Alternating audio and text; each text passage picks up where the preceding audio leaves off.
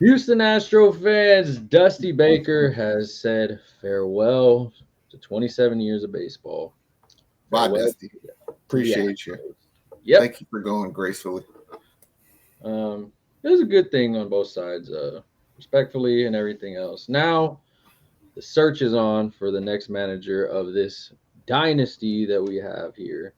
Mm-hmm. Um, we're gonna focus on the managers. We'll focus in house first. Of course, the names that come up. Before we pop up the names, let me ask you this: do you think the next they want somebody more analytical or more somebody more baseball minded? It's tough because Dana Brown has said he's going to be the guy that picks, but for some reason, Jim Crane and Jeff Yeah, Bagwell, who can't get rid of, is going to be overseeing it. So I don't even know how to feel about that. I feel Jeff Bagwell's that Jake Esterby type right now, and I just want you to go away. But at this point, I'm stuck with it, you. I do. I'll say this: I won't be as harsh as Esterby like comparison. Somebody in that room has to be a baseball player, though. Yeah, You but know I what I'm mean, saying? I get it. I mean, and that's why I said overseeing it. If that's how it's gonna be, let Dana pick who he wants. His job's the one that's gonna be on the damn line anyway. I absolutely feel like they're gonna go to something more analytical, the opposite of what Dusty was. You know what I Yes. mean? And they'll let. I think that Dana and Jeff might work together better than we think because they're both kind of baseball lifers. So I think they'll look at baseball like a baseball person, and then they'll just hire everybody else to do the analytics. Or what they don't want to do. Yes, or like just to like corroborate what they were thinking or not thinking, or Yeah. if they can't make a decision amongst themselves. No, I But like that. as you were saying about in-house, We got uh Omar Lopez, of course. We'll start off with him. Of course, he's been with the organization for 25 seasons. mm-hmm, mm-hmm. He's 46. He's a first base coach, a manager for years for the Astros. He was Altuve's first skipper. He Mm-hmm. also managed Venezuela to a quarterfinal appearance in World Baseball Classic. Um, I don't know if he's ready to drive the whole boat yet. and that's yeah, it's kind of where I'm at with him. I like There, him. there's, yeah, I like you. I don't want you to go, but one of two things is for one, if you are hired over the other guy you're going to bring up, Joe Espada, Espada's leaving. Yeah, You know what I'm saying? But if you hire Espada, he probably will keep Omar Lopez. So yeah. that way you get them both. Like, why? If that's your way of keeping them both, I think I would go the Espada route. You know what I mean?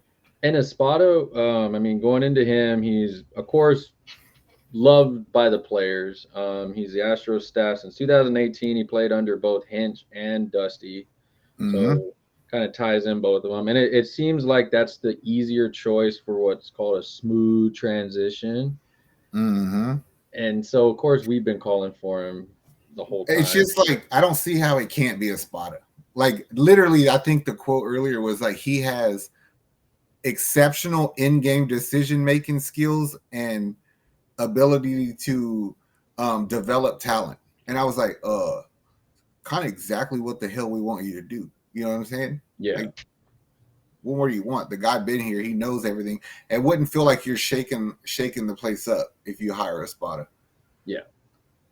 And that's kind of what I mean. He fits the culture, if we're being honest. Like the Mm-hmm. culture of what our team is. We talk about it in all of our videos. The culture is a little bit different in our team compared to Did you others. go back and look at Bayou City Boys from the beginning of this season? How many times did you say like, why is the spotter doing all the in-game conferences and not Dusty?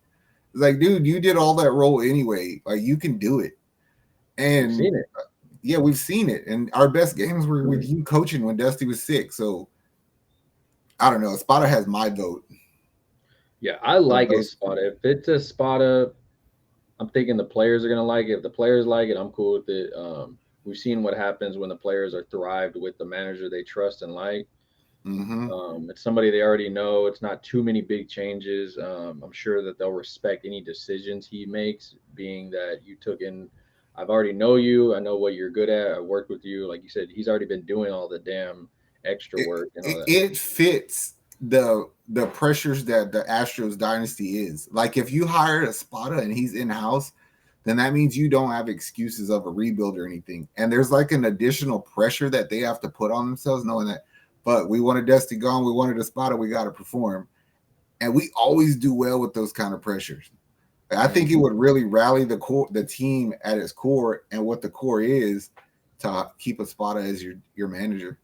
And he knows these young guys too, which is even better, for sure. We can go outhouse now. Of course, there's two names. We'll go with Eric Young Sr., first base coach for the Braves. Let's see, he's 56 years old, played 15 years in the big leagues with the Rockies, Dodgers, Rangers, Padres, Cubs, Brewers, and Giants. Journeyman. He's a former base running instructor for the Astros. He also held first base coaching jobs with the D-backs and the Rockies. Another one is Walt. What was it? Weiss? Walt Weiss. Yes. 14-year Major League veteran, 1988 All AL Rookie of the Year with the A's. He was manager of Colorado for 71 wins. But the key thing is he was also a bench coach in Atlanta since 2018 and worked with Dana Brown. So that's what I'm familiar with Walt Weiss because I remember him when I was growing up. Yeah. And like you said, it's like he's got that experience from beating Houston, being on the bench in Atlanta and all that shit. But if I had to pick one of those two, it would be probably Walt Weiss. But I mean, I think their best chance of getting to Houston is if Dana just wants one of his guys. Yeah. And I don't know how I feel about that. Yeah. I don't know how I feel about it either. It's kind of like, do I like you more than a Spada? No. Nope. But that's my point. Is a Spada he got 2 World Series as a bench coach. So if that's going to be a credential, then he got you double beat. Yep. And I feel he does, like, of course they're going to look around and get a feel and hear everybody and all that, what works with them. So, I mean, at the end of the day, if Espada ends up being an Eric Bieniemy, then it's like, all right, well, we went with the right one. But if he's not, but also like I get that. I mean, like Eric Spoelstra. But I see my thing about the Astros is I always have a strong ass belief in the core of what we are, the foundation of what we are. You know what I'm saying? Because that's why we're a dynasty. It's the players, and I think Espada can get the best out of him. I think Espada is going to get all the toothpaste he can out of this. Yeah. You know what I'm saying? Oh, yeah. No, I understand. Yeah. When it's broke, don't try to fix too much of it. Yeah. Going into a guy that we'll go in a few names. Brad Osmus's name. Nope. I mean, I don't want him, but I mean, he's one of Jeff Bagwell's friends. He was a finalist for the Houston job countless times with both GMs. He basically was a manager for the Angels and the Tigers in one of their worst seasons ever. I don't want you as a coach at all. You weren't a great coach. You were a great catcher. You were terrible. The dude has no personality, bro. We can't complain about Dusty not doing shit and then bring Brad Osmus in to do less. You know what I'm saying? Yeah. This doesn't work. Him and Phil Mason have a standoff. Yeah. Another one, Jeff Bannister, interviewed for the Astros prior to the hiring of Dusty Baker. Pass. He won 2 AL West Division titles in 4 seasons as manager of the Rangers. Bench coach for the Diamondbacks. We're on the World Series now, of course. Went to UT or U of H, go Cougs. But yeah, I don't think I want you either, bro. Not that I have an issue with Bannister, and this is going to be a kind of a screwed up thing to say, but he's one of those guys that random shit just happens to. Like like I'm not trying to lie. Like if you go back and look at his playing career, like okay, you went to like Lee College because he's from Lamar, yeah, and then I think he got cancer. And then you're playing catcher when you come back and somebody runs you over and breaks your neck or back or some shit. It's like just random shit happens to you. I can't afford for that to happen to my manager, bro. Like, now pass. We'll trust what we got. Last one is AJ Hinch. His name's gonna always come up. See, this one I had to think about. Yeah. I really gave this one thought, right? Yeah. And I told you the other day that I didn't want to do it, but then now I want to do it. So here's my issue, right? I believe because of how good we've been from 2018 to today, that you could say whatever you want about that 2017 championship. It does not negate the fact that we continue to be a dynasty. We are a dynasty no matter what. Yeah. So, like, AJ Hinch took the run of that, and he probably won't ever get the credit he deserves for the dynasty that we are. Kind of like Golden State, you don't ever hear about like Mark Jackson or nothing, you know? Yep. But my point is like, if I'm willing to argue for the rest of what we've done besides that, then I can't have AJ Hinch come back. Yeah. Because like we've put that in the past. You know what I'm saying? Like it just doesn't matter anymore. And yeah, no, you can go. Go now, ahead. For me, it's also like from a fan standpoint, we remember AJ Hinch. But realistically on that team of who's there's nobody left. There's nobody left. It's Altuve, Bregman, and like Verlander and Verlander. Yeah. That's about it. Like that's it. Nobody else is gonna be like, oh, how's AJ? Like, oh, he's a good. Oh, cool. Yeah, it's like it feels weird taking Espada out for him when all these players know Espada. Exactly. Like none of these, like you just said, like 90% of the team has no affiliation to AJ. They don't give a shit about you. You know what I mean? Yep. There's only negative feedback that could come from bringing him back. Yeah. I feel with Espada coming in, it's a new coach, new opportunity.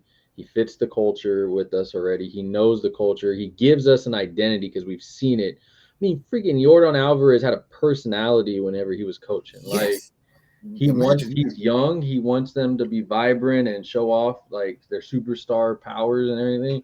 I like it. My vote's for Espada too. I'm going Espada. And then like you said, we get Omar Lopez also. So I mean, you could virtually probably keep everything the same if they chose to do that. You know what I'm saying? And I don't see how it could be a problem. Are you keeping the pitching coach and the batting coach? Okay, here to the argument, the pitching coach is a little bit hard to decide for me, but the batting coach isn't. Let me tell you why. I'm gonna keep you. Yeah. Snideker. Let me tell you why. Because what's the biggest fucking argument that people have about us losing? You can't get runs home. You leave runners on base. Well, motherfucker, I had to hit to get on base. So that means that at some point y'all's plan was there. Yeah. You just didn't execute it when they really needed it. So like you can't. So I think I would keep them all, to be honest with you. Yeah, I feel like even though we lost, looking at it now, even though we lost, going one game away from the World Series, you don't want to change too much. We saw that happen in Seattle where, I get they almost caught back up, but they changed way too much. And it sounds like Dana's trying to keep as much intact, but then he's going to focus on certain things. And we'll get into another video on the players. And that's what it seems like. So I'm cool with it. I just wanted to ask the question because I'm cool with running it back. I like what we have. I believe that we were the best team still. We just didn't do our shit. You know what I'm saying? It happens. It happens. Fuck up, man. I'm just saying, you came fucking off of 2 straight World Series appearances, winning one of them, and you made it to Game 7 and forgot to show up. It happened. Golden State lost a few of them. We're fine. Yep. All right, Astro fans, let us know who you want in the comments. I'm going to do a poll with 4 of these. We'll see what y'all say. Make sure y'all like in the comment. Let us know why you feel that, we got it right, we got it wrong. And if you're a Brad Ausmus fan, I feel sorry for you. But other than that, let us know, man. We're going to be here as this whole roller coaster starts up. Remember, free agency and trade deadline all starts up after the World Series 5 days after. So it's going to be up fast. That being said, be on the lookout for the rest of our Astros content because sounds like Dana Brown has the keys to the Cadillac, and he's getting ready to do whatever he wants this offseason, so it should be a fun one. I'm going to whip that hoe. Yeah. Like, subscribe. We're out of here, Houston. Enjoy y'all's weather. Later. how much I'm working for this. I swear my dreams are too important.